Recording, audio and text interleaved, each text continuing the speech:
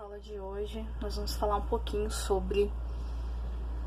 melhor sobre linhas de força e também blindagem eletrostática. Então, nós vamos entrar até no princípio aí da gaiola de Faraday, tá? Bom, linha de força já foi explicado no módulo de campo elétrico para vocês. Como é que funciona a linha de força? Também pode ser chamada de linha de campo, tá?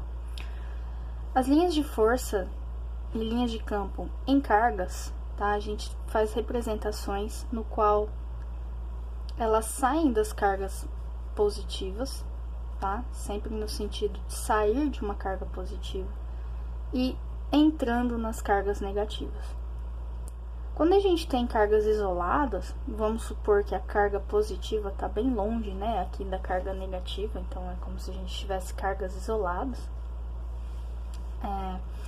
O vetor campo que a gente representa, ele tem sempre essa característica, tá? O vetor campo elétrico, ele é sempre tangente à linha e aponta no sentido dela, tá? Tangente à linha e aponta no sentido dela.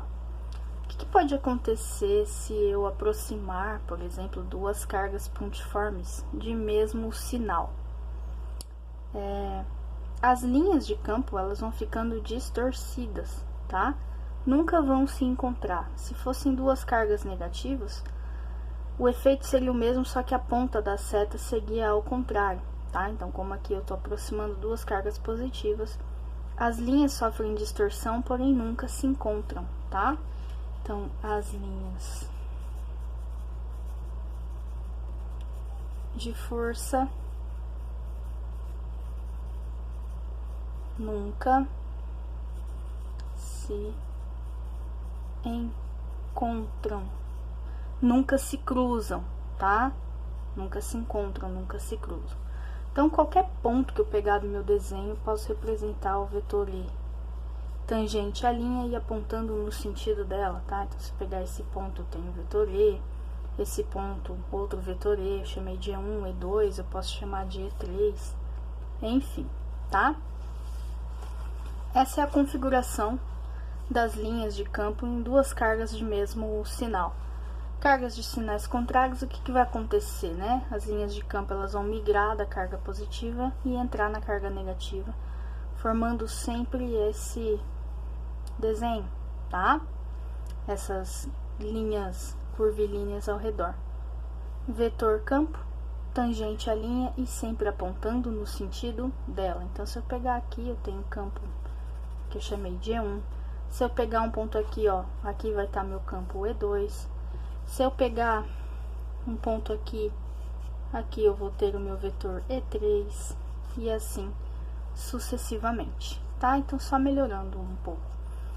Para que serve também essa representação e esse significado aqui? No módulo de campo elétrico, a gente estudou qual que é como que funciona o vetor campo resultante quando a gente tem pontos, né, próximos a uma carga fonte. Então, só para você relembrar, né, quando eu tinha lá uma carga fonte, uma carga teste, vamos supor que essa carga geradora é ela que gera o campo, tá? E aí eu tinha um ponto aqui, certo? E nesse ponto eu desenhava o vetor, tá? O vetor campo elétrico, por exemplo, E, tá? Bom, e aí, próximo a esse ponto, eu colocava uma outra carga fonte, uma outra carga geradora, pode ser agora de módulo negativo, e aí eu desenho o vetor campo resultante nesse ponto aqui, em relação a essa carga. Vou chamar aqui de Q1 e Q2, aqui eu tenho o E1 e o E2, tá? Só relembrando isso aqui, revisão. E aí, como é que eu desenhava, né, o campo resultante? O vetor campo resultante, ele estava entre os outros vetores. Quando eles faziam 90 graus entre si e a gente queria calcular o módulo, a gente resolvia por Pitágoras para achar o módulo, porque campo é vetorial, tá? E aqui estava o meu vetor campo resultante. Aqui é a mesma coisa, tá? Então, imagina pontos colocados próximos a essa carga. Esses vetores representados já é o vetor resultante da interação desses pontos com essas cargas. Então, esses vetores aqui é o vetor resultante. Muito mais simples, né? Eu representar dessa maneira aqui. Vou falar um pouquinho agora sobre o poder das pontas e a blindagem eletrostática. Quando a gente tem corpos esféricos, tá? As cargas elas ficam distribuídas sempre uniformes na superfície desse corpo. Porém, quanto mais pontiagudo é o corpo em questão, o sistema em questão, mais cargas eu tenho próximas às pontas. Então, se eu representar, né, o campo elétrico resultante dessas cargas aqui da ponta, que eu chamei de E1, ele é muito mais intenso do que o campo elétrico aqui resultante das cargas na posição aqui, no campo próximo à região aqui E2, tá? Como é que funciona o para-raio? O para-raio nada mais é do que um corpo metálico e pontiagudo, que fica numa região bem alta, e ele tem como função absorver o raio, tá? Quando a gente tem tempestades, todos os corpos eles vão ficando eletrizados. E aí, o que que acontece? A gente tem um meio aqui que é o ar, e já já eu vou falar um pouco melhor disso, mas o meio ele funciona como um dielétrico. Então, incapacitância, vocês vão ver essa palavra aqui, tá? E o dielétrico nada mais é na física do que um isolante.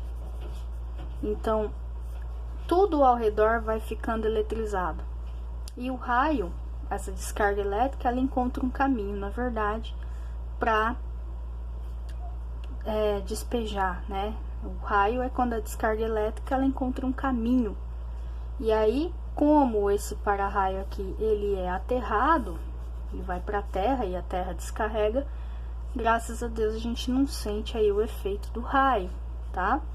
Então, geralmente em prédios, na nossa cidade, a gente tem vários para-raios que são esses ferros pontiagudos, no qual a gente observa o fenômeno aí do poder das pontas. Então, as pontas ficam muito mais carregadas do que o resto da região, né? A distribuição de cargas é muito maior na ponta de um objeto metálico do que no resto do objeto metálico, tá? Bom, agora eu vou falar um pouquinho para vocês sobre a blindagem eletrostática, tá? Bom, imagina que eu peguei um condutor eletrizado aqui, carga positiva, pode ter sido pelo fenômeno de eletrização por atrito, por contato ou por indução, e eu quero estudar o efeito dessa carga geradora nesse ponto P. Só que essa carga geradora, ela não é uma carga pontiforme, tá? Aquela expressão que E é igual a K, Q sobre D ao quadrado, que a gente estudou na aula de campo, ela só serve, ela só funciona, eu só posso usar para cargas pontiformes, ok? Corpos que não são cargas pontiformes, que não são pontos eletrizados, eu não posso usar essa expressão aqui. Então, essa expressão não se aplica a esse condutor aqui, esse bastão, tá? Qual que seria uma expressão que eu teria que usar? É a genérica, mas essa força elétrica tem que ser fornecida para que você consiga usar essa expressão. A força elétrica aqui também não vai ser K, Qzão, Qzinho sobre D ao quadrado, porque a lei de Coulomb também só funciona para cargas pontiformes. Então, esquece essa fórmula aqui quando você não tem um condutor, quando você não tem uma carga pontiforme, tá? Gente, o que é o fenômeno da blindagem eletrostática? Imagina que agora, nesse mesmo ponto, ao redor dele, eu coloquei uma esfera metálica, tá?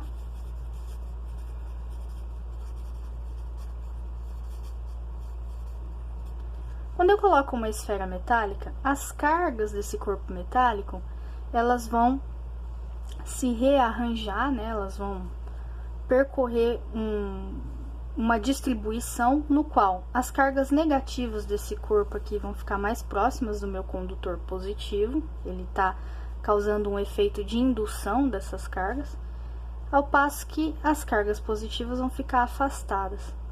Então, eu tinha desenhado o vetor campo elétrico nesse ponto P. Por que esse vetor campo elétrico existe? É só você lembrar. A carga geradora é ela que cria o campo. Eu não preciso de uma outra carga teste para ter campo. O campo é uma região do espaço que fica modificada pela presença dessa carga. Então, como a gente viu ali atrás, né? Que a linha de força, ela sempre sai das cargas positivas, o vetor campo tá saindo aqui da carga positiva, tá? Eu chamei ele de EB, que é o campo do bastão, é o campo que o bastão tá gerando aqui nesse ponto, campo do bastão no ponto P. E aí agora, por um minuto, eu vou esquecer do campo do bastão, eu vou olhar para o ponto P. E como eu tenho essa distribuição de cargas negativas aqui agora, né? Porque o meu corpo, minha esfera metálica, ela sofreu uma separação de cargas, vai surgir um vetor da própria esfera apontando para essas cargas negativas. Lembra que o vetor sempre aponta para as cargas negativas, tá? Então, o que que eu tenho agora, né? Eu tenho aqui um vetor da esfera contrário ao vetor, né? No sentido contrário ao vetor do bastão. Esses vetores, por sua vez, eles se anulam, ou seja, aqui no interior dessa esfera, o campo elétrico no interior dessa esfera é igual a zero, tá? É igual a zero. Mesmo fenômeno a gente pode ver o pêndulo eletrostático. Então, imagina uma carga pendurada e eu aproximar o meu bastão, né? Essa esferinha metálica que tá aqui vai sofrer uma distribuição de cargas igual ao exemplo anterior. As cargas negativas vão ficar mais próximas do bastão do que as cargas positivas, e esse bastão vai sofrer uma atração, tá? Essa esfera vai sofrer uma atração por esse bastão. Se eu colocar uma gaiola metálica, vai acontecer o mesmo fenômeno explicado aqui atrás, né? O mesmo fenômeno da esfera metálica. Ou seja, eu vou ter uma distribuição de cargas ao redor da minha gaiola, né? A gente chama isso de gaiola de Faraday. E se eu aproximar esse indutor aqui dessa esfera, essa esfera não vai se movimentar, ela não vai vir no sentido, não vai sofrer atração pelo bastão, tá?